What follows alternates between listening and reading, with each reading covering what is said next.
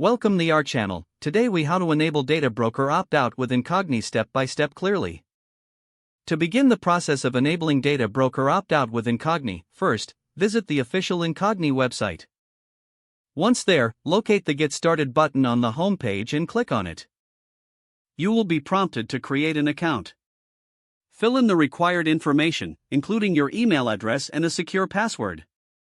After setting up your account, check your email for a verification link from Incogni.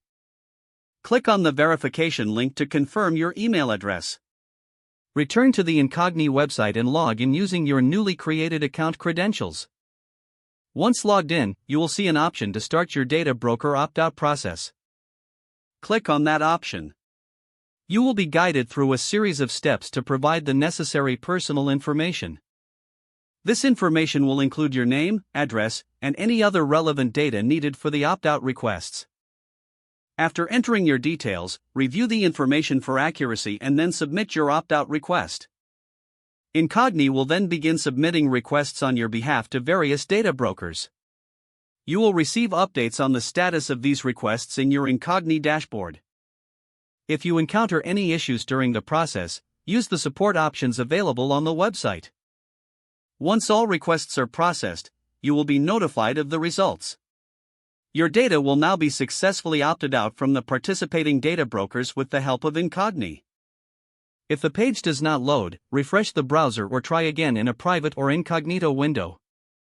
Make sure you are using the correct email address, then retype it carefully to avoid small typos. If your password is not accepted, use the reset option and create a new strong password you can remember. Check your spam folder for verification or security emails, then complete any requested confirmation steps. Enable two-factor authentication if available to improve account security and reduce unauthorized access risk. After signing in, review your profile details so your contact information and settings are accurate and current. If you see an error message, note it down and try again after restarting your device and internet connection. Log out when you finish, especially on shared devices, to keep your account and payment information secure. If the page does not load, refresh the browser or try again in a private or incognito window.